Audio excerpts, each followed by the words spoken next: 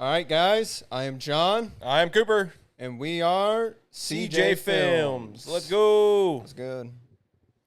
All right. So last night we saw "Bring Her Back," made by the Rocka brothers. I forget their actual Danny and Michael. Danny and Michael. If you know the Rocka brothers, they started off on YouTube, and then I believe in 2022, 2021. I think 2022. It was around there. They made this movie called Talk to Me. Phenomenal movie. One of my favorite movies that I've seen possibly in the last 10 years. Definitely probably my favorite movie of that year. And yeah, they made a new movie, Bring Her Back. Mm-hmm. What were your thoughts? I absolutely loved it, and this would be like top contender for scary movie of the year. Yeah.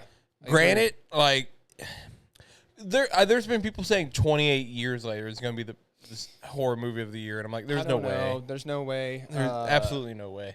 Zombie movies don't really affect me in a way of like horror-esque kind of stuff. With this movie, oh my goodness, it was. I mean, I've seen Saw. I've seen everything. I'm a horror geek. I've seen everything under the sun. Never have I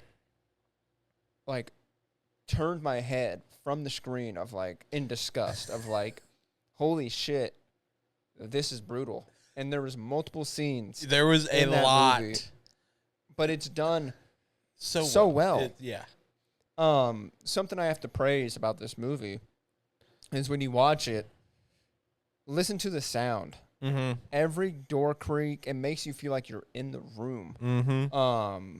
When glass shatters, it makes you jolt almost. They don't have to rely on that train horn to be like, oh, jump scare, Oh yeah. Cheap jump scares. There's no cheap jump scares. The jump scares are actually gut wrenching and like the scene with the knife. Oh my god. You just hear dude. it and you're like, don't show me what they're about to show. Yeah. It's you hear it and you're like, oh fuck. And they did it so well too, because he pulls out the knife from the knife holder and it goes shing, and then he's cutting up the watermelon or the melon. Yeah. Cantaloupe. And you could tell, that's what I'm saying about the sound. You can tell on how juicy the watermelon or the cantaloupe and how sharp is, the knife is. How sharp the knife is, and then when the scene happens, something very brutal with the knife happens. it makes it 10 times worse because you can tell, oh, you've cut something with a knife like this before. You're terrified when you're cutting it because you don't want to cut yourself. And the way this person gets cut with the knife, brutal. And perfect. It was awful. In a good way. Yeah, for sure. They definitely got my biggest takeaway from this is the story. Yeah. The story was honestly phenomenal. And that's the thing I think what's interesting is I feel like horror movies focus more on storytelling than most others, I feel. Yeah, for sure. When you get a happy go movie, it's like they have a journey, they're going on a straight line. But granted, in horror movies, they are going on the straight line, but there are so many obstacles. Yeah. It could take a wrong turn any moment. Yeah. And the way this story was told, it was a slow burn. It was, but it wasn't one of those slow burns of dreadiness. What are we doing here? Yeah. It gave you sprinkles of bits and pieces. There was a purpose to every part leading. Like the slow burn for sure, but they were telling you this because you need to know this to go in. So as long as you guys, your TikTok brains can fucking make it a little farther, just pay attention. Right. You will appreciate this story. It is a great, well-told story. It is one of those movies where you do need to pay attention. Granted, you're at the movie theater, you should be paying attention regardless of what movie you're seeing. What are you playing, Subway Surfer? Yeah, for real. But no, you have to. There's little things that pop up on the screen, or not, I shouldn't say pop up, but go by quick. You have to pay attention to those. Because then it all does line up of oh. I missed a very important emotional part because this is the second movie that's ever done it to me. The gore was so bad, I had to leave. I had to go for a walk, because I was like, okay, so you start sweating. Yeah. And I was starting to sweat. I'm here, like I'm closing my eyes, which, to be honest, I close my eyes. I'm like, just don't look at it. When you close your eyes, you can hear a lot better. Yeah, yeah. And I could hear the flesh. And I'm like, this is worse. And by the time I got to the stairs to walk down, I felt drunk and high. And by the time I successfully got out, my legs started getting weaker. And I'm like spinning. And I get to the hallway. I wish I had security footage. Like, I wanted to go ask them. Right. Because you see me walk out, and I do, like, 2 spins. Like, like any scene where they walk out, and they're like, oh, and the cameras are. I feel like that. I thought I walked to the bench to go sit. Mm-hmm. I was in the middle of the aisle still. Oh, my God. And I almost sat down right there. And I'm like, oh, okay. And then I found my way to the bench, and I was sweating bad, trying not to throw up. Just, like, calm down, damn it. And I got on phone. And I watched a TikTok, and I was like, okay. And I'm sitting here like, I need to get back in there because this was 30 minutes before the end. Oh, yeah, yeah. So you went out right before the end. I was like, I leaned over to your wife. I'm like, is he taking a shit? And I'm like, this is such a wrong time to take a shit. I will hold it if it's that. But this was like, I needed to leave or it was going to be worse. Yeah. But I only missed 2 key things. Which, okay, not like key things. They weren't like, it was just like those. You find something out moment, and then it was a very emotional moment. Yeah, and the emotional moment wasn't like. It came back later. Yeah, it came back later. And then. At the very end. So all I would have missed was like, oh, that's what she was doing? Whoa, what the fuck? That's cool. Yeah. And then it was like, oh, how the fuck how did she get this? But. This is like, it's such a good movie still, even though I had to leave it. Mm-hmm. But yeah, no, you definitely got to pay attention. Yeah, for sure. Yeah, I loved the movie. Granted, I feel like at the beginning we didn't really describe what the movie's about. So here we are. This movie is about Andy and Piper. Their father had recently died at the very beginning. So now Andy's only 17. Piper's like 11, maybe. Yeah, something like that. Something Younger. like that. They need a new home. And so they obviously go to like the police station where like not protective custody, like the child services. The child services are. And there was a counselor who once worked with the child services for 20 years. She was a counselor for this building. She's going to take in Piper. And then Andy is going to go into care for 6 months. But Andy doesn't want to leave Piper because Piper is blind. And they have a bond like no other brother and sister. Like it's a great bond. He wants to keep her protected because they did find the body together of the father.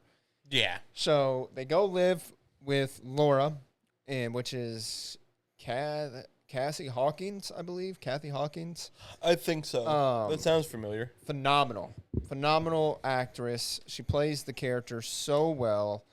But she is looking for a new daughter. Why? Because her daughter recently, or I should say recently, probably 2 or 3 years ago, drowned. So she just is trying to fill that void. They go live with Laura, and Laura also has a son, an adopted son named Ollie. Ollie is mute, and you kind of see some weird things happening, and it kind of leads into what you would think maybe ghost, possession, ritual kind of thing. And the movie's just really about that. Demons and rituals, and without kind of getting anything too aggressive into the spoiler talk. Culty. Yeah, if you've seen Talk to Me, it's the same people who made Talk to Me. But it's nothing like Talk to Me. It's more of like a like Hereditary, kind of. Not in a way, not necessarily like Hereditary, but Exorcism meets Talk to Me meets Hereditary meets Midsummer, kind of. Yeah, I mean they're all practically culty in a way. Yeah, except for the Talk to Me. That's just Talk to Me was. Yeah, you could possibly. I wouldn't say culty. But it was like paranormal. Paranormal, yeah. Yes, no, and I think what I really appreciated about this as well was the story was easy to digest. Yeah. Oh yeah. Yeah. And it wasn't like they're trying to fucking make you do homework like we talked about last week, where it's like, I feel like I have to do homework. Yeah. On our way home, when we discussed the whole movie, we were like, we got everything like pointed out. I think we saw everything we needed to see. Oh yeah, for sure. In a way. But no, so pretty much, like you said, it's just Ollie has to prove that he's good to take custody of Piper for like, I said, is it Ollie? Did I say the wrong kid? Ollie's the Ollie's little the kid. mute.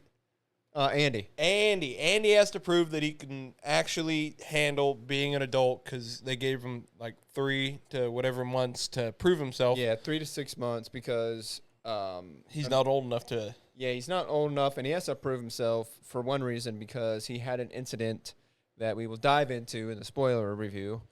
Make sure you check that out. Yes, sir. He had a incident when he was a little kid that kind of made him look aggressive towards individuals. So he has to prove within this 3 to 6 months that he can take care of Piper once he hits 18. Yep. So other than that, it was just, with that being a plot, regardless, that's a great plot. Yeah. To go in and be like, if we didn't sell you, then just go watch the trailer. Yeah. it was a good one. It was phenomenal. What would you rate it? Out of 10? Yes. 9.5. I really enjoyed this one. Granted, like I said at the beginning, Talk to Me is one of my favorite horror films of all time. Really loved it. The soundtrack, the weirdness, the sound, the plot, phenomenal. And I can say the same thing for this film. The soundtrack, where there's a scene, not really too spoilerly, but where they're getting drunk and they're all they're like dancing and all that and whatnot. It's the little things that you could take away for a second in a horror film and kind of make everything feel grounded. Yeah, like, true. Like that could be us, when we're fucking vibing or something like that. It's like, that's real. Yep. I mean, granted, the horror stuff could be real too, but it's like, let's take a slow moment and do this. And I love when horror films do that. And just everything about this film was good. I don't think any film's perfect because, yeah, but a 9.5.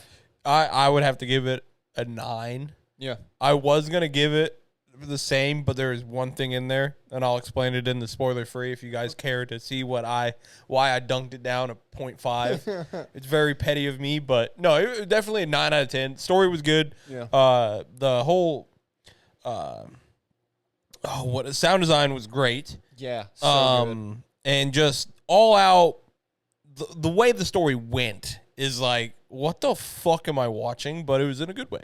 Yeah. I guess. It's just done well. Yeah, very done super well, and it just, then what I'm happy about, it proved that Michael and